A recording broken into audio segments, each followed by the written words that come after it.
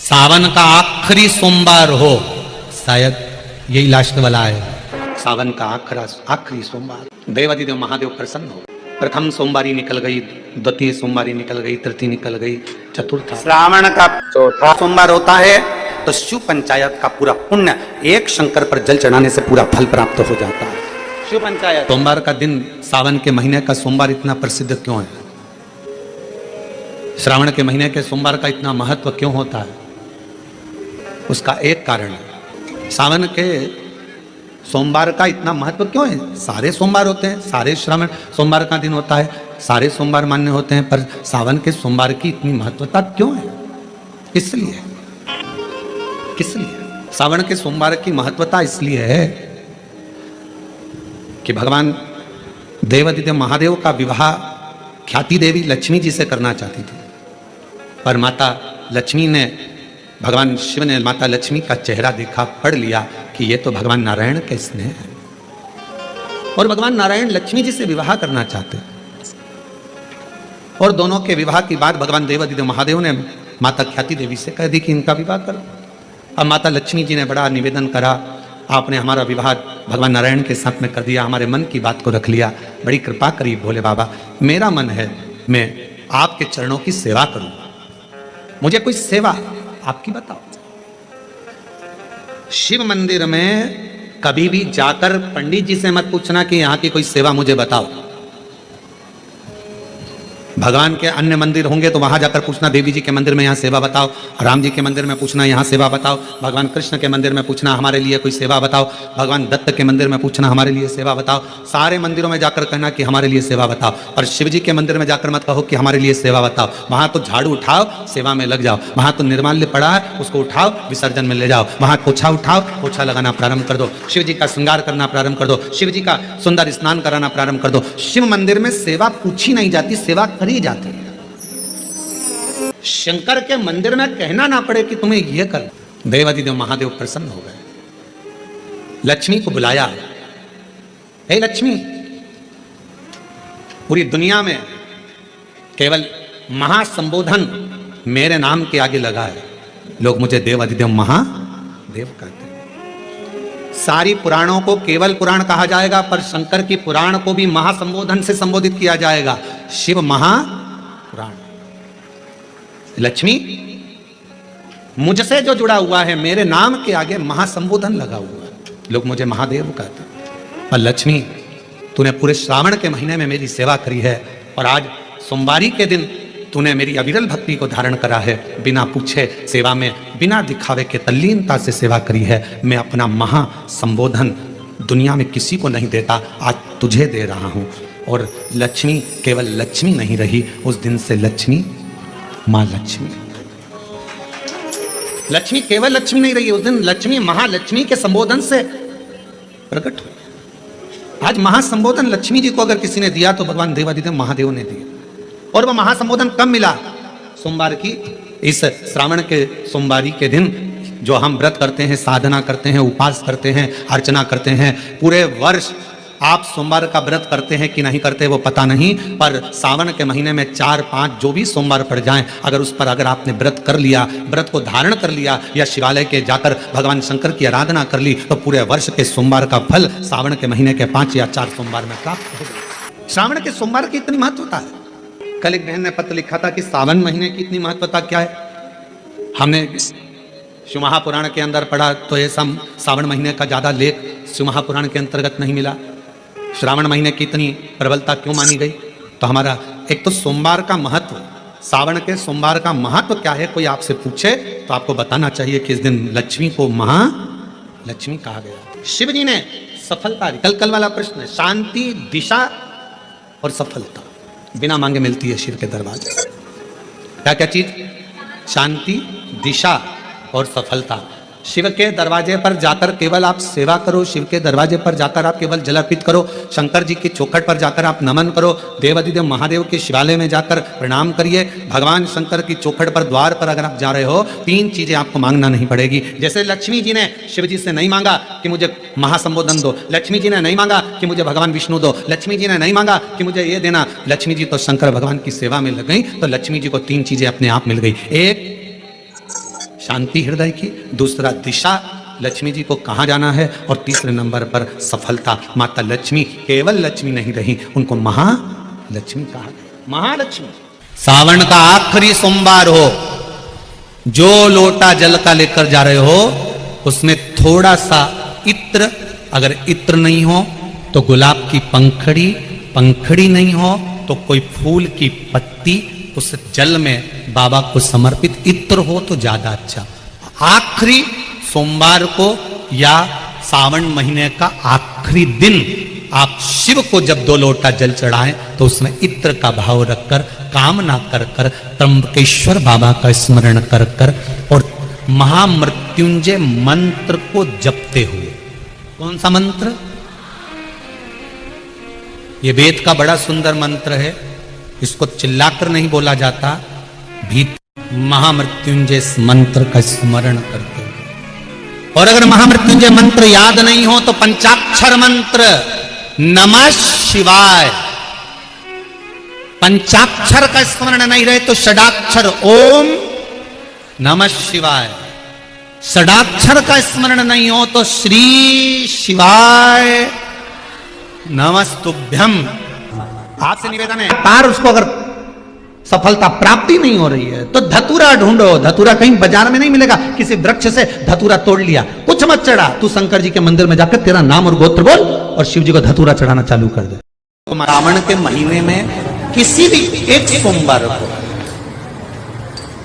अगर व्यापार नहीं चल रहा है, नौकरी नहीं मिल रही है, तो कोई तकलीफ आ रही है, तो कोई कष्ट आ रहा है, कोई रोग बढ़ रहा है, डॉक्टर से ऐसा लग रहा है कि ये बड़ी बीमारी बताने वाला है, शरीर में कोई गांठ पड़ गई है और वो जांच के लिए गई है, तो बिल्कुल श्रावण के महीने में किसी भी एक सोमवार को गंगा जल लेकर जाइए शिव मंदिर में, शंकर जी के मंदिर में थोड़ा सा गंगा जल नंदी को समर्पित कर कर, थोड़ा अशोक सुंदरी को समर्पित कर कर, थोड़ा गणेश और कार्तिकेय को समर्पित कर कर, थोड़ा सा गंगा जल जया विषहरा शामरीवारी दौतली और देव को समर्पित कर कर, थोड़ा सा गंगा जल शिवलिंग को समर्पित कर दो। उस गंगा जल को वापिस झेल कर लेकर आओ, 3 दिन तक लगातार उस गंगा जल को पीना प्रारंभ करो। उसके बाद जांच के लिए आप कहीं पर भी जाइए, बाबा कृपा जरूर करेगा, ये निश्चित था। श्रावण के महीने में 3 जगह पर बेलपत्र, एक अशोक सुंदरी वाली जगह पर जिसकी डंडी का मुख जहां से पानी बहता है वहां रहे, बहुत ध्यान से सुनना। दूसरी बेलपत्र माता पार्वती जी का हस्त कमल जो जलाधारी है वहां, उसका डंडी का मुख अपनी ओर हो। तीसरी बेलपत्र शिवलिंग के ऊपर जिसका डंडी का मुख तुम जहां बैठे हो उससे ठीक विपरीत हो। अगर आप यहां बैठे हो तो डंडी का मुख उधर हो, आप यहां बैठे हो तो डंडी का मुख उधर हो, अपने विपरीत में डंडी का मुख हो। बेलपत्र चढ़ा देने के बाद 2 हाथ में जो तुम्हारे जल का पात्र है उसको बाबा को धीरे धीरे तीनों स्थान पर धार थोड़ी थोड़ी चढ़ाई है और फिर बाबा का आचमन कर कर आई है। कोई महापुराण की कथा कहती है 5 चीजें शंकर भगवान पर चढ़ती है। शिव जी को देने के लिए तुम्हारे पास कुछ भी ना हो, कुछ भी नहीं, ना तुम्हारे पास श्रीफल है, ना लड्डू है, ना पेड़ा है, ना केला है, ना जाम है, ना एप्पल है, कुछ भी तुम्हारे पास में नहीं है, प्रसाद भी तुम्हारे पास में नहीं है, कुछ मत दो शंकर भगवान को, खुद शंकर के मंदिर जाना चालू कर दो। शिव तुमको अपना प्रसाद बनाकर अपने आनंद के साथ सुखी करना प्रारंभ कर। के 5 सोमवार की महिमा क्या होती है तो कहा, अगर भगवान शंकर वर्णन करते हैं ब्रह्मा और भगवान नारायण की साक्षी में, जिसके घर में शिवलिंग होगा, जो शंकर के मंदिर में 1 लोटा जल चढ़ाने के लिए जाएगा, जो शिव महापुराण की कथा को श्रवण करने के लिए जाएगा, उसके घर में दोनों देवियां एक साथ कदम रखकर प्रवेश कर जाएगी। सरस्वती का कदम पड़ेगा, बुद्धि आएगी, विवेक आएगा, और फिर लक्ष्मी का कदम पड़ा तो लक्ष्मी उसके घर में श्रेष्ठता के साथ निवास करेगी। श्रावण का 33 कोटि देवी देवताओं ने भगवान देवाधिदेव महादेव के हाथ जोड़कर मांगा है कि 1 महीना ऐसा दे दो जिस महीने में अगर संसार का मनुष्य, संसार में जन्म लिया मानव, अगर मान लो संसार में पैदा हुआ मनुष्य अगर शंकर भगवान को जल चढ़ाना भूल जाए तो 33 कोटि देवताओं ने शंकर भगवान से कहा कि हम देवता देवादिदेव महादेव आपको जल चढ़ाएं और जल चढ़ाएं और उनकी समस्या भी समाप्त हो जाए। तो देवताओं को देखकर भगवान शंकर ने कह दिया, एक श्रावण का महीना में आपको देता हूं, उसमें कुछ मत करना, आपको लोटा भरकर जल चढ़ाने की भी जरूरत नहीं पड़ेगी, जो वर्षा होगी देवादिदेव महादेव पर जल चढ़ाकर चली जाएगी, संपूर्ण विश्व का कल्याण। कौन कर रहा है? ये सावन का महीना तुम्हारे लिए और हमारे लिए नहीं आता, सावन का महीना तो देवादिदेव महादेव के लिए आता है कि आप और हम अगर शंकर मंदिर जाना भी भूल गए, शिव के मंदिर तक भी नहीं पहुंच पाए, शंकर की चौखट तक भी नहीं पहुंच पाए, शिव का स्मरण भी नहीं कर पाए, शंकर का स्मरण हम उसका भजन भी नहीं कर पाए, तो ये देवता भी हमारे लिए भजन कर जाते हैं। भगवान को धतूरा कब चढ़ाना चाहिए उसका विशेष ध्यान रखें। जैसे शिवरात्रि है, प्रदोष है, या सोमवार है, या कोई विशेष आपका उत्सव है, तो आप शिव जी को धतूरा चढ़ा सकते। शंकर भगवान को 33 कोटि देवता को अलग अलग स्नान करा सकें, 33 कोटि देवता को अलग अलग रख सकें, 33 कोटि देवता को अलग अलग चावल चढ़ा सकें, 33 कोटि देवता को अलग अलग हम चंदन चढ़ा सकें, यह हमारी सामर्थ्यता नहीं। तो क्या करा, दूध शंकर जी पे चढ़ाया, जब वो बहकर नीचे जा रहा है, जहां से निकलकर दूध उत्तर की ओर जा रहा है, उस स्थान पर जहां दूध जमीन पर गिरा, गिरते से जितनी दूर तक गया, वहां 33 कोटि देवता विराजमान होते हैं, उनको उसका भाग प्राप्त हो जाता है, उनका भाग। शंकर को बेलपत्र चढ़ाने से किस किस चीज की प्राप्ति होती है, किस किस चीज की प्राप्ति? शिव महापुराण की कथा कहती है, एक बेलपत्र यदि शिव को समर्पित करा जाता है तो रिद्धि तुम्हारे घर में प्रवेश कर जाती है। दूसरा बेलपत्र जब हम समर्पित करते हैं तो सिद्धि तुम्हारे घर में प्रवेश कर जाती है। तीसरा बेलपत्र यदि हम समर्पित करते हैं तो श्री गणेश हमारे घर में प्रवेश कर जाते हैं। चौथा बेलपत्र यदि हम समर्पित करते हैं तो भगवान नारायण लक्ष्मी को लेकर हमारे घर में प्रवेश कर जाते हैं। और पांचवा बेलपत्र जब हम समर्पित करते हैं तो भगवान शंकर गौरा जी के साथ हमारे घर में प्रवेश कर जाते हैं। 5 बेलपत्र ही जीवन का सुख प्रदान कर देते हैं। सोमवार से सोमवार तक का सावन आया है, ये 72 वर्ष के बाद आया, आपको कल कथा में कहा था।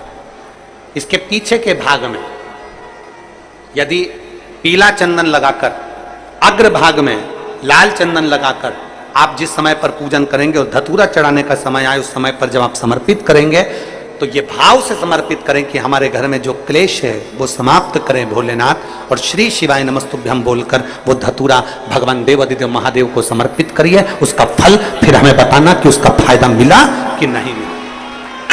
के महीने में 4-5 जो भी सोमवार पड़ जाएं, अगर आपने व्रत कर लिया, व्रत को धारण कर लिया, या शिवालय के जाकर भगवान शंकर की आराधना कर ली, तो पूरे वर्ष के सोमवार का फल सावन के महीने के 5 या 4 सोमवार में प्राप्त। किसी ने पूछा अन्य देव और महादेव में क्या अंतर है? हमने कहा देवता देते हैं अल्लाह झाड़, महादेव देता है छप्पर।